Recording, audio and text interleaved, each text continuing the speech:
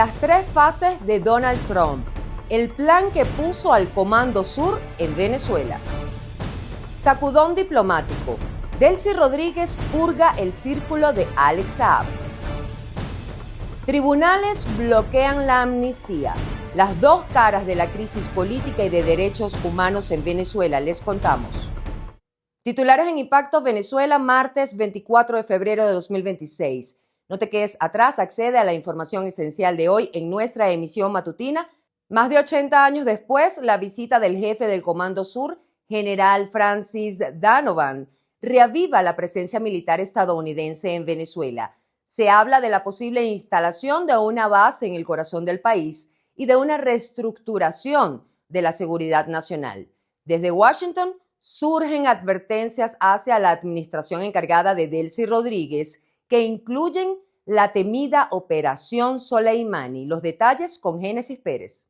La visita del jefe del Comando Sur de Estados Unidos, el general Francis Donovan, a Venezuela no sería un simple gesto protocolar, sino una evaluación estratégica con posibles implicaciones militares. De acuerdo con el analista Antonio de la Cruz, el objetivo fue analizar la instalación de un nodo logístico en El Sombrero, población del estado Guárico, aprovechando una pista de aterrizaje de 2.500 metros construida por PDVSA. Es la antesala de una instalación operativa permanente. Venezuela no alberga una base militar estadounidense permanente desde la década de 1940. La única presencia relevante ocurrió durante la Segunda Guerra Mundial, cuando fuerzas de Estados Unidos utilizaron instalaciones venezolanas para proteger refinerías y rutas petroleras estratégicas frente a la amenaza de submarinos alemanes. Expertos señalan que una instalación de este tipo ofrecería diversas ventajas. Bueno, definitivamente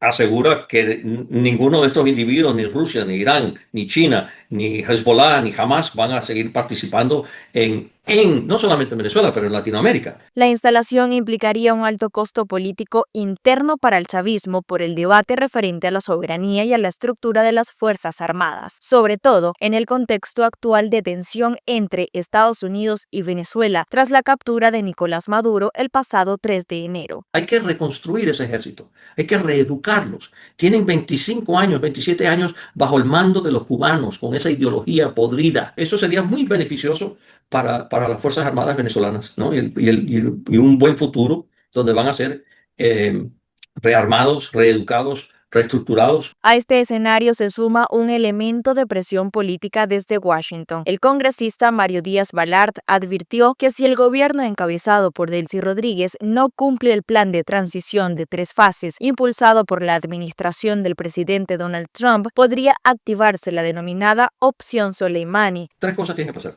1, que la embajada tenía que abrir otra vez, ¿no?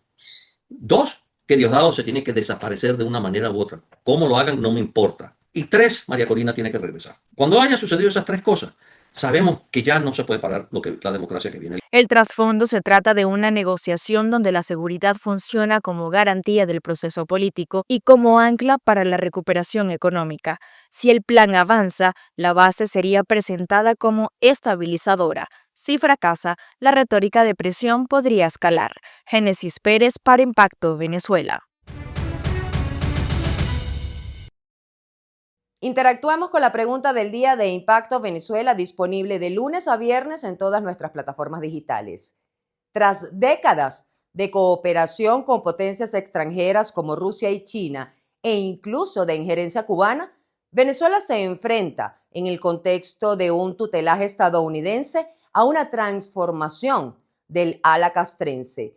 Pero, ¿crees que la instalación de una base militar de Estados Unidos en Venezuela podría beneficiar a la Fuerza Armada Nacional Bolivariana? Argumenta tu respuesta, los comentarios están a tu disposición. Te leemos en la emisión estelar. La encargada de la presidencia de Venezuela, Delcy Rodríguez, anunció otra reconfiguración de su gabinete diplomático: la salida de Camila Fabri, esposa de Alex Saab, y la designación de 4 viceministros nuevos. Uno de estos nombramientos podría sentar un precedente de pluralidad dentro de la transición. Continuamos con Catherine García. La encargada de la presidencia de Venezuela, Delcy Rodríguez, anunció 4 nuevos movimientos en su cartera viceministerial. Rander Peña, Oliver Blanco, Andrea Corao y Mauricio Rodríguez entran a la banca presidencial para impulsar la política exterior del país. Un acomodo que buscaría mostrar apertura y renovación en medio de presiones internacionales. Para esta ronda, el anuncio que llamó la atención de la opinión pública se centró en Blanco, figura que no milita en partidos de izquierda, a comparación de los otros nuevos titulares. Valoro esta decisión que expresa la posibilidad de abrir espacios a distintas visiones al servicio del país y que se inscribe en la vocación y liderazgo que ha mostrado la presidenta, encargada de promover la unidad nacional.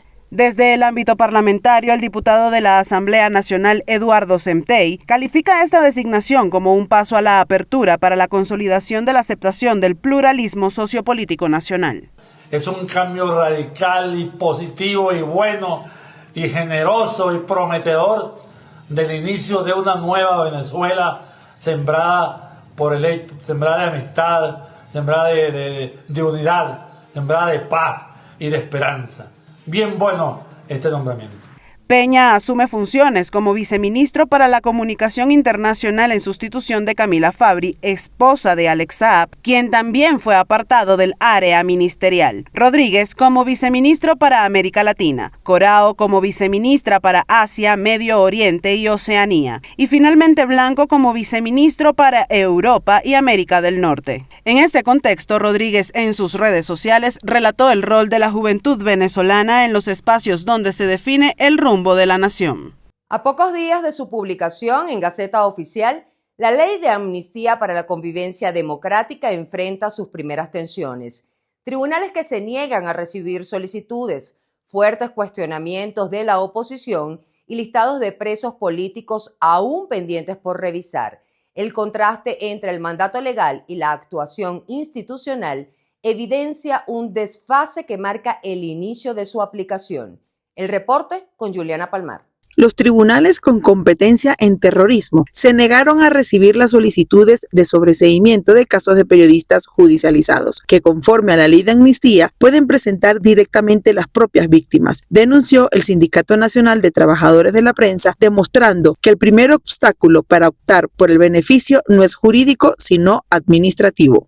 Para que en el marco de la ley de amnistía y en función de lo que establece el artículo 11, hagan la solicitud del sobreseimiento de cada uno de sus casos ante los tribunales competentes, en todos los casos, por cierto, tribunales de terrorismo, porque como lo hemos denunciado, hay un uso arbitrario de la legislación penal y en particular de las leyes contra el terrorismo para criminalizar y para judicializar a los periodistas. Estamos hablando de que la ley tiene vigencia, pero no tiene eficacia.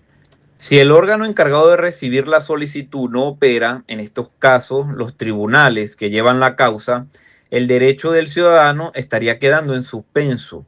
Jurídicamente esto se traduce en una vulneración del derecho de la tutela judicial efectiva que establece nuestro artículo 26 de la Constitución de la República Bolivariana de Venezuela. Asimismo, la misma ley de amnistía en su artículo 9 establece que el tribunal debe decidir en los siguientes 15 días continuos, pero desde el momento en que se realiza la solicitud. En el plano político, surgen dudas sobre el alcance real de la ley. La Plataforma Unitaria Democrática calificó la amnistía como una trampa jurídica. La aplicación, diseño y alcance del instrumento es el centro de discusión. La posibilidad de que los venezolanos que estuvieron presos, que aún lo están, que están en el exilio, a todos los venezolanos que se inhabilitó, que se les quitaron sus propiedades, que se les puedan regresar, nada de esto está establecido en este documento y nosotros tenemos la obligación de decirlo. Es un documento con un listado categórico y excluyente de cuáles son los hechos que merecen amnistía. En este contexto, el diputado Antonio Ecarri informó que la Comisión de Seguimiento de la Ley de Amnistía del Parlamento estudiará los casos de civiles y militares que quedaron por fuera del instrumento jurídico. Por su parte, el diputado Bernabé Gutiérrez dijo que esta ley sirve para fortalecer la paz y la democracia. El hecho de que no haya despacho también envía un mensaje de falta de coordinación institucional. No se trata de solamente un día perdido, se trata de que la maquinaria institucional aún no ha asimilado la voluntad del legislador, que es precisamente poner en libertad a esas personas que son beneficiarias de la ley. Recordemos también que según la jurisprudencia de la Corte Interamericana de Derechos Humanos, el retardo injustificado en procesos que afectan la libertad puede constituir una forma de trato cruel. En paralelo, la organización no gubernamental Foro Penal anunció el envío de una primera lista con 232 casos de presos políticos para la consideración de la Comisión de Seguimiento de la Ley, a la vez que confirmaron la liberación de más de 30 presos políticos entre civiles y militares del Rodeo 1. Así, el desfase se presenta entre la promesa de la convivencia democrática y la ejecución, lo cual depende de la disposición del Poder Judicial. Para Impacto Venezuela, Juliana Palmar. En el Palacio de Miraflores, Delcy Rodríguez encabezó la noche de este lunes un encuentro con familiares de víctimas de la violencia política. Junto al diputado Jorge Arreaza y el ministro Ernesto Villegas, el ejecutivo encargado buscó legitimar la ley de amnistía, presentándola como un vehículo de sanación nacional frente a un pasado de confrontación. Yo pido una nueva justicia para todos, para toda Venezuela. Y lo dije el día del año del inicio judicial. Aquí también ocurre, Michael, la criminalización de la pobreza. Y debemos superarlo. Porque hay génesis allí, en esa involución de justicia, hay génesis para el odio. Y nosotros debemos sanar a Venezuela. Para que de verdad podamos levantar las banderas de la no repetición. La madre de Orlando Figuera, asesinado en Altamira en 2017, y los padres del capitán Ernesto Bravo, segunda baja militar en 2014, reclamaron justicia y coincidieron en que las amnistías anteriores no frenaron la violencia ni generaron rectificación de los responsables. Personas que han sufrido en sus cuerpos las consecuencias del uso de la violencia como fórmula para tratar de resolver las diferencias que surgen en el seno de nuestra sociedad, pero también personas que han perdido a sus seres queridos en esos episodios y que han mantenido una constancia en la búsqueda de justicia, que siempre han estado dispuestas a tender la mano al encuentro, a la reconciliación, al perdón, pero que también siempre han mantenido firme su exigencia por la justicia. Por su parte, el presidente de la Comisión Especial de la Amnistía, Jorge Arreaza, presentó el primer balance tras la promulgación del instrumento legal. El funcionario enfatizó que esta ley no es un cheque en blanco, aclarando que existen líneas rojas infranqueables.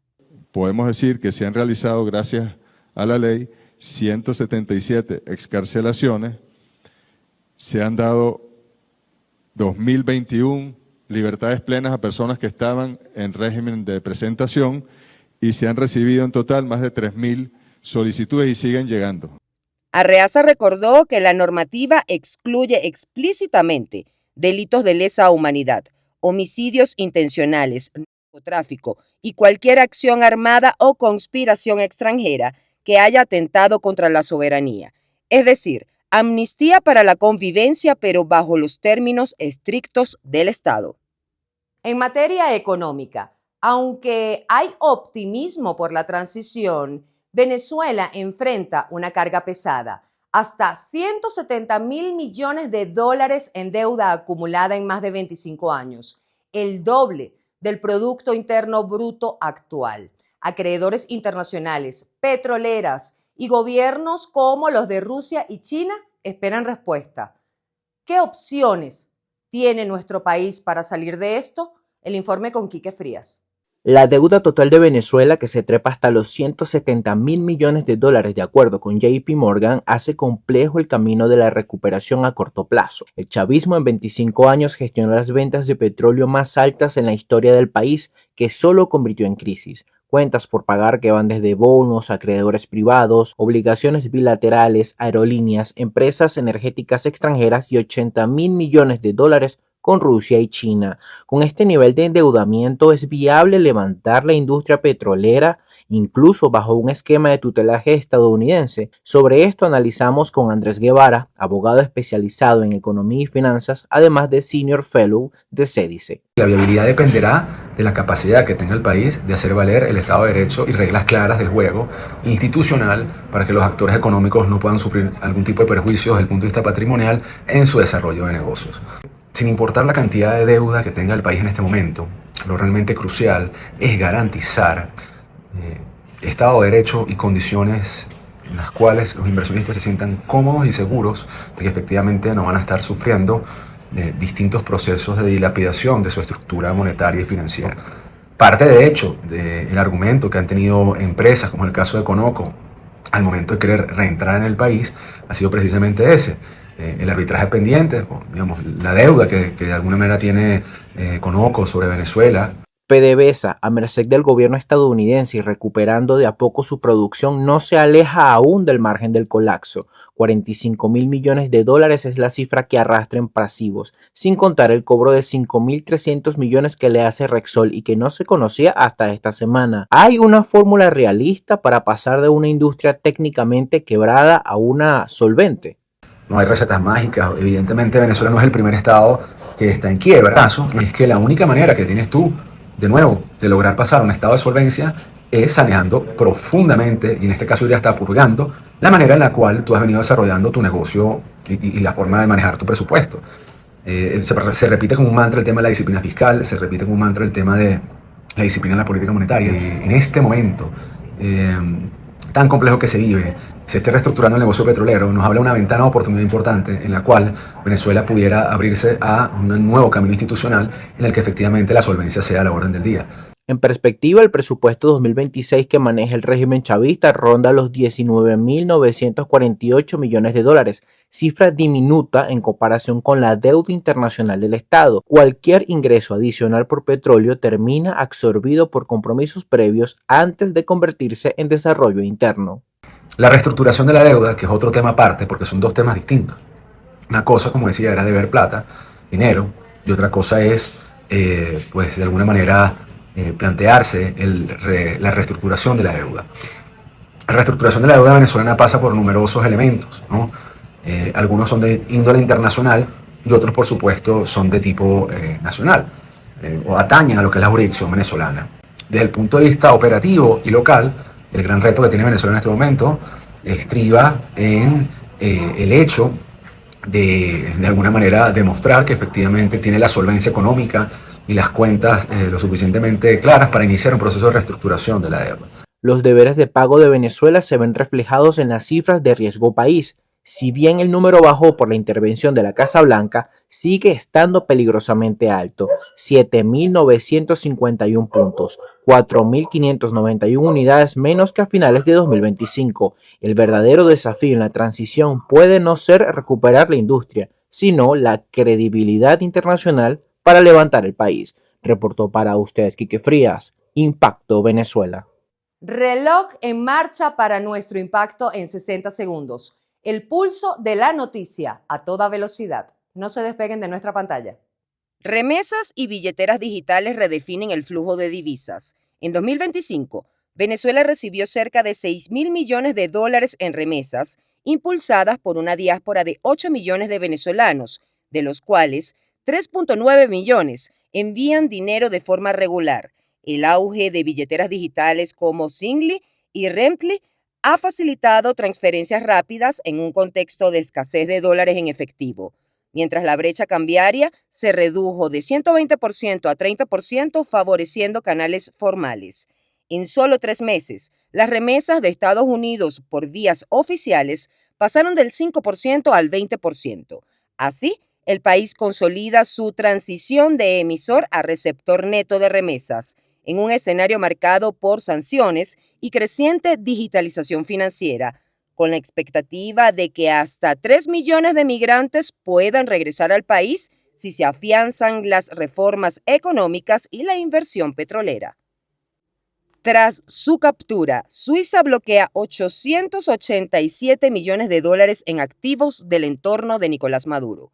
Según el ministro de Asuntos Exteriores helvético, un tercio de esos fondos, unos $308 millones, fueron congelados tras la detención del 3 de enero, mientras que los otros 2/3 ya estaban inmovilizados en el marco de procesos penales en Suiza. La medida, ordenada el 5 de enero como precaución ante la situación volátil, se basa en la legislación de Suiza, que permite congelar bienes de extranjeros políticamente expuestos cuando hay indicios de corrupción u otros delitos graves.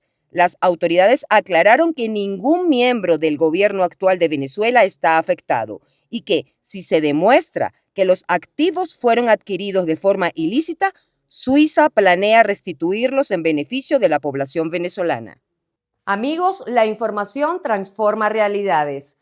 Gracias por confiar en nosotros. Compartan, suscríbanse y acompáñennos a través de todas nuestras plataformas digitales como @ImpactoVE. Juntos construimos comunidad. Hasta mañana.